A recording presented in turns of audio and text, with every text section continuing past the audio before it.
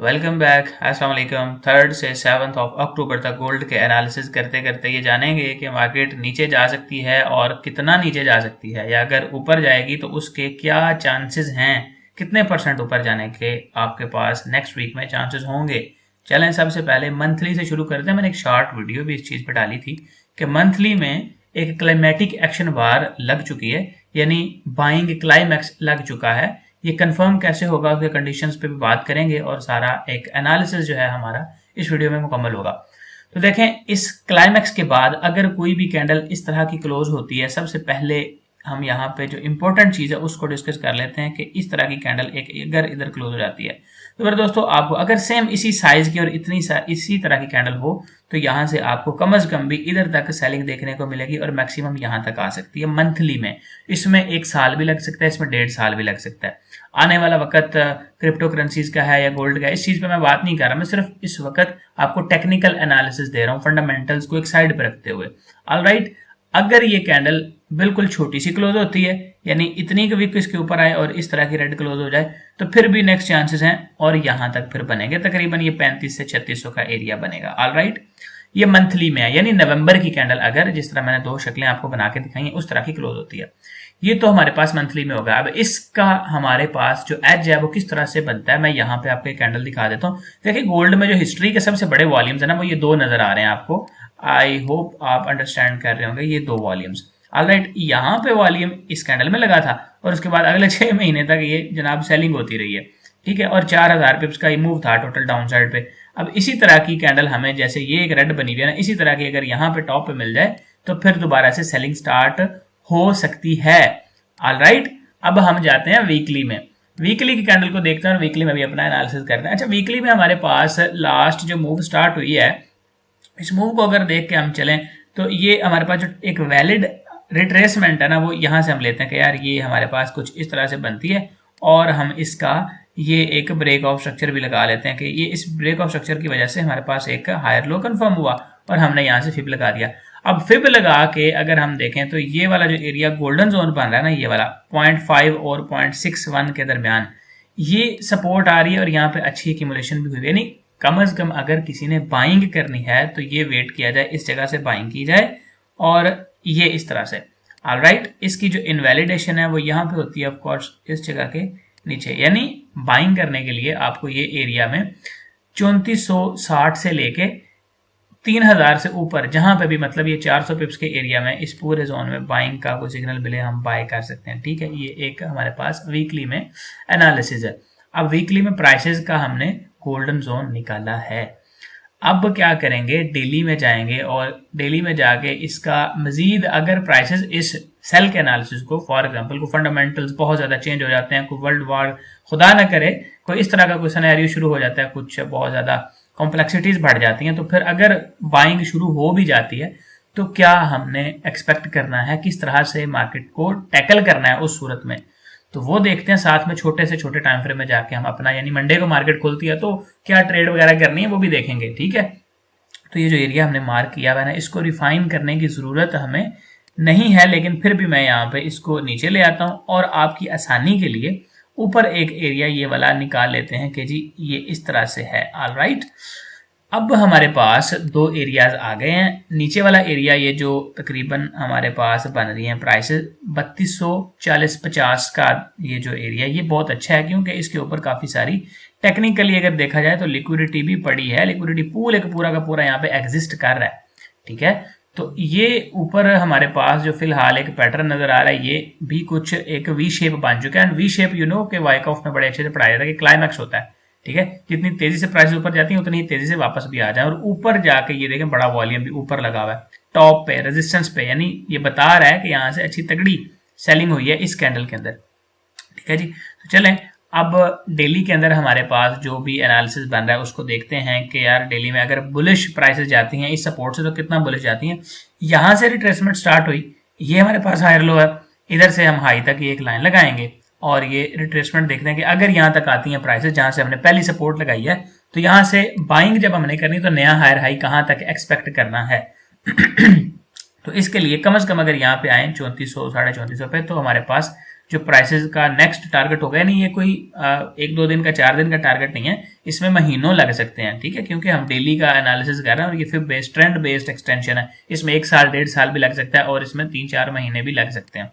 Alright, अगर हमारे पास बिल्कुल लो पे प्राइसेस आ जाती हैं रिट्रेसमेंट करना है तो फिर देखते हैं कहां तक हमारे पास टारगेट निकल के आता है। ये तकरीबन 5200 के करीब निकल के आ रहा है। ये तो हो गए इसके लॉन्ग टर्म टारगेट उन लोगों के लिए जो स्विंग ट्रेड करते हैं या फिजिकल गोल्ड वगैरह बाय करते हैं, क्योंकि बहुत सारे लोग ऐसे भी हैं जो उस चीज को प्रेफर करते हैं कि फिजिकल खरीद कर रख लिया जाए।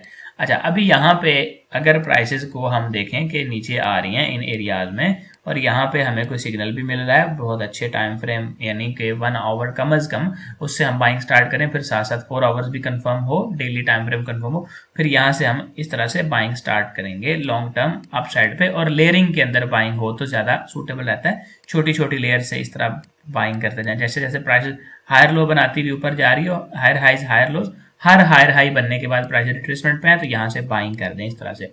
उसमें आपको यानी स्विंग ट्रेडिंग में आपको लीवरेज का कम से कम इस्तेमाल करना है। लीवरेज बेशक जितनी मर्जी सेलेक्ट कर लें ब्रोकर में, लेकिन कम से कम इस्तेमाल करें ताकि आपको रिस्क कम से कम हो और प्रॉफिट के चांसेस यानी परसेंटेज वाइज जो ग्रोथ है, कंपाउंडिंग जो है वो आपकी अच्छे से हो जाए। अब ना डेली के बाद हम सीधा वीकली में जाएंगे, सॉरी 4 आवर्स में जाएंगे एंड 4 आवर्स का आपको यहाँ मैं बताता चलूँ। अच्छा, अभी सारे के सारे जो है ना ये मंडे के एनालिसिस शुरू हो जाएंगे, यानी मंडे को मार्केट खुलती है 3 तारीख को, आज Sunday off course.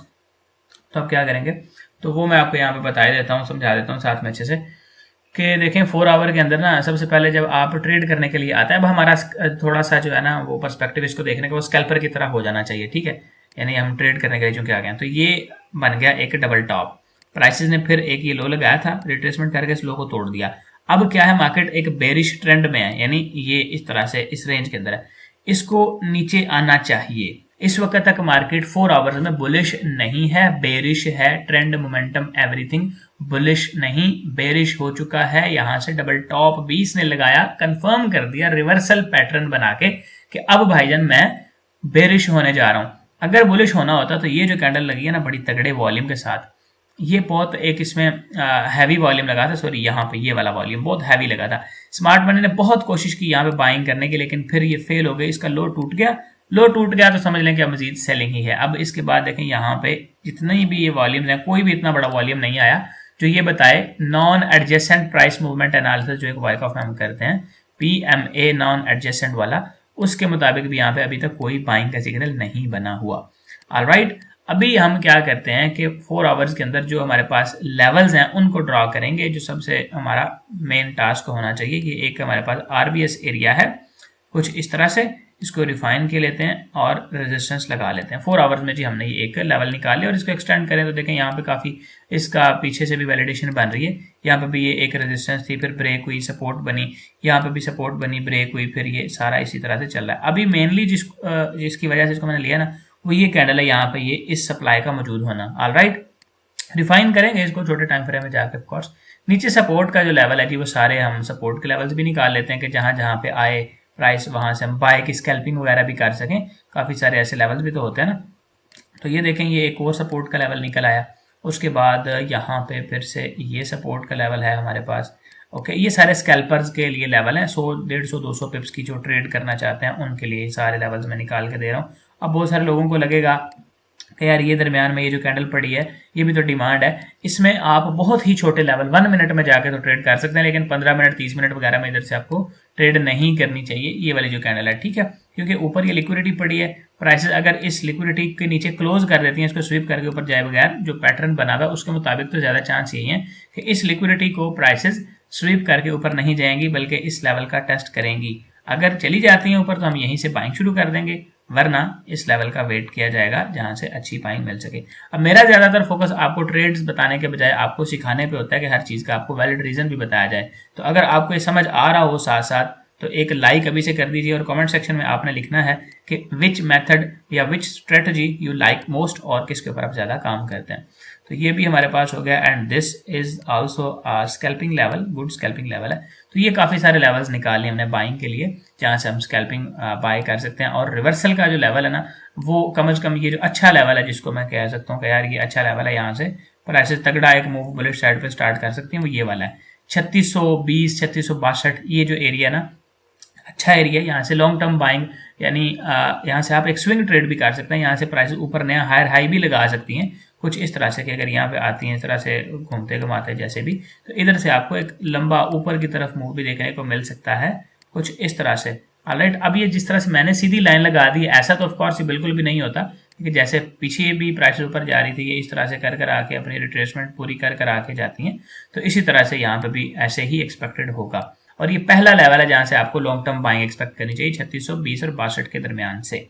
And in case अगर कोई बहुत कम्प्लेक्सिटीज बढ़ जाती हैं, जियोपॉलिटिकल टेंशन आ जाती हैं और प्राइसेस यहाँ से अपना मोमेंटम शिफ्ट कर देती हैं, तो ये लाइन है मेरे दोस्तों जो आपने याद रखनी है कि यहाँ पे अगर ये लाइन ब्रेक हो जाती है तो आपने फिर इसमें नो मोर सेलिंग, फिर प्राइसेस का मोमेंटम दोबारा से बुलिश शिफ्ट हो जाएगा, यानी change in state of delivery of prices जिसको CISD बोलते हैं, ये हो जाएगी, फिर हम इसमें बाइंग देखेंगे इस तरह से। ये जो लेवल अभी मैंने रेजिस्टेंस लगा रखा है ये सपोर्ट बन जाएगा, इधर से ही हम इसमें बायर हो जाएंगे और इसके ऊपर आपको अच्छे से नजर रखनी है। एंड वन मोर थिंग, वो गुड न्यूज भी आप कह सकते हैं, आपको इसी वीडियो के एक डिस्क्रिप्शन बॉक्स में लिंक मिलेगा जो हमारी बैच 11 के एडमिशंस जो है वो ओपन हो चुके हैं 1 नवंबर से। 15 तारीख से इंशाल्लाह क्लासेस स्टार्ट होंगी, नवंबर की 15 से। ये सारी डिटेल्स मेंशन है इसमें, आपको ICT, VSA, Wyckoff, SMC, price action, market structure, वर्ष के हर चीज, फंडामेंटल्स और साथ साथ फंडेड अकाउंट्स किस तरह पास करने हैं वो सब भी सिखाया जाएगा और बताया जाएगा। आप इस लिंक पे क्लिक करेंगे डिस्क्रिप्शन बॉक्स से और ये व्हाट्सएप का बटन आपके सामने आ जाएगा, इस पे क्लिक करके डायरेक्ट आप हमारे साथ चैट कर सकते हैं। एंड ये हमारा ऑफिशियल नंबर है, इस पे आप एडमिशन डिटेल्स वगैरह पूछ के अपना एडमिशन करवा सकते हैं और एक फॉरेक्स एक्सपर्ट बन सकते हैं। And let's continue our analysis again. 1 hour में चले जाते हैं। 1 आवर में जाके हमारे पास क्या अपॉर्चुनिटीज हैं या क्या पॉसिबिलिटीज हैं, सारे लेवल जो मैंने निकाले थे ना एक दफा उनको मैं हटा रहा हूँ, ठीक है। अब 1 आवर के अंदर देखें तो अगर सबसे पहले आपको मैं बताऊं ना कि जिस चीज पे हमने फोकस करना होता है वो होता है मार्केट स्ट्रक्चर, लेवल्स वगैरह निकालने के लिए ये बहुत जरूरी है। सबसे पहले हमारे पास जो एक ब्रेक ऑफ स्ट्रक्चर हुआ है ना वो ये यहाँ पे हम लगा लेते हैं कि डाउन साइड पे bearish break of structure down side पे ये हुआ था, जिसको मद्देनजर रखते हुए यहाँ पे हमारे पास लेवल हाई पड़ा हुआ है और ये हमारा एक मेजर रेजिस्टेंस एरिया है, स्विंग पॉइंट है, जिसके नीचे नीचे जब तक मार्केट है हम इसमें सेलर्स हैं, ऑलराइट। और ये हमारे पास इस वक्त की जो मौजूदा रेजिस्टेंस है वो ये बनी हुई है। ये एक प्रोपल्जन ब्लॉक भी होता है, स्टूडेंट्स जानते होंगे। If you know really then like कर दीजिए और वीडियो के कमेंट सेक्शन में बताइएगा कि आपको पता है कि प्रोपल्जन ब्लॉक क्या होता है। अगर रीजन पता हो तो वो भी बताइएगा कि प्रोपल्जन ब्लॉक्स कैसे बनते हैं। ऑलराइट, ये हमारे पास रेजिस्टेंस है, यहाँ पे प्राइसेस जाती हैं और अगर इधर कोई साइन शो करें, evening star, shooting star, morning star के वाइस वर्सा, जो इवनिंग स्टार होता है उसकी बात हो रही है, ये हैंगिंग मैन वगैरह कुछ भी यहाँ पे आपको मिले तो यहाँ से हम दोबारा से इसमें सेलर्स होंगे और नीचे डाउन साइड पे हमारा इसमें जो पहला टारगेट है यहाँ से अगर सेलिंग करते हैं हम स्वीप वगैरह पे, तो पहला टारगेट हमारे पास जो सपोर्ट है वो कम से कम ये वाला एरिया होना चाहिए और इसके बाद फिर नेक्स्ट ये वाला एरिया जो हमारे पास सेलिंग में टारगेट होंगे। और अल्टीमेट जो लॉन्ग टर्म इसमें नीचे प्राइसेस आ सकती हैं उनमें हमारे पास फिर आता है ये वाला एरिया है जिसमें कि काफ़ी बड़ा वॉल्यूम भी था, ये सपोर्ट यानी स्कैल्पिंग लेवल जो हम पहले 4 आवर्स में भी लगा रहे थे, इस तरह से आपको मैं 1 आवर में भी लगा देता हूँ। फिर ये होगा हमारे पास कुछ इस तरह से। ऑलराइट, अब आप कहेंगे कि ये वाला नहीं मैंने लगाया तो इसकी वैल्यू नहीं होगी, क्योंकि जब प्राइस ऊपर से नीचे आ रही होंगी इस जगह से एक दफ़ा ऊपर चली जाएंगी, फिर इसको स्वीप करके दोबारा से यहाँ ऊपर जाएंगी, भी थोड़ा सा ऊपर जाके फिर नीचे आ जाएंगे, तो इधर से आप दोबारा बाइंग ना ही करें इस एरिया से तो बेस्ट है। ऑलराइट, तो ये हमारे पास 1 आवर के अंदर है, प्राइसेस की जो भी प्रोडिक्शन वगैरह है इस वक्त सेलिंग में है, मोमेंटम वगैरह सारा कुछ सेल है। 1 से सीधा ना 15 में जाते हैं, 30 मिनट का हमने मिस कर दिया, उसको देखने की ज़रूरत नहीं है, या 30 को देख लेते हैं या 15 को किसी एक को देख लेते हैं, क्योंकि रेंज चल रही है ना, ट्रेंड हो तो फिर एक एक टाइम फ्रेम ज़रूरी होता है। तो इस रेंज के अंदर 15 मिनट का जो टाइम फ्रेम है वो हमें बता रहा है कि यार यहाँ पे प्राइसेस में वही सेम चीज़ है यार। ये मैं एक लाइन लगा देता हूँ, अगर मार्केट इसके ऊपर जाके क्लोज करती है 4050 के तो फिर ये अपॉर्चुनिटी बनेगी, लाइक ये अगर यहाँ तक चली जाती हैं बाद में इसी जगह से बाइंग होगी। अगर इधर जाके कोई सेल का सिग्नल मिलता है तो फिर सेलिंग और लंबी सेलिंग चल सकती है।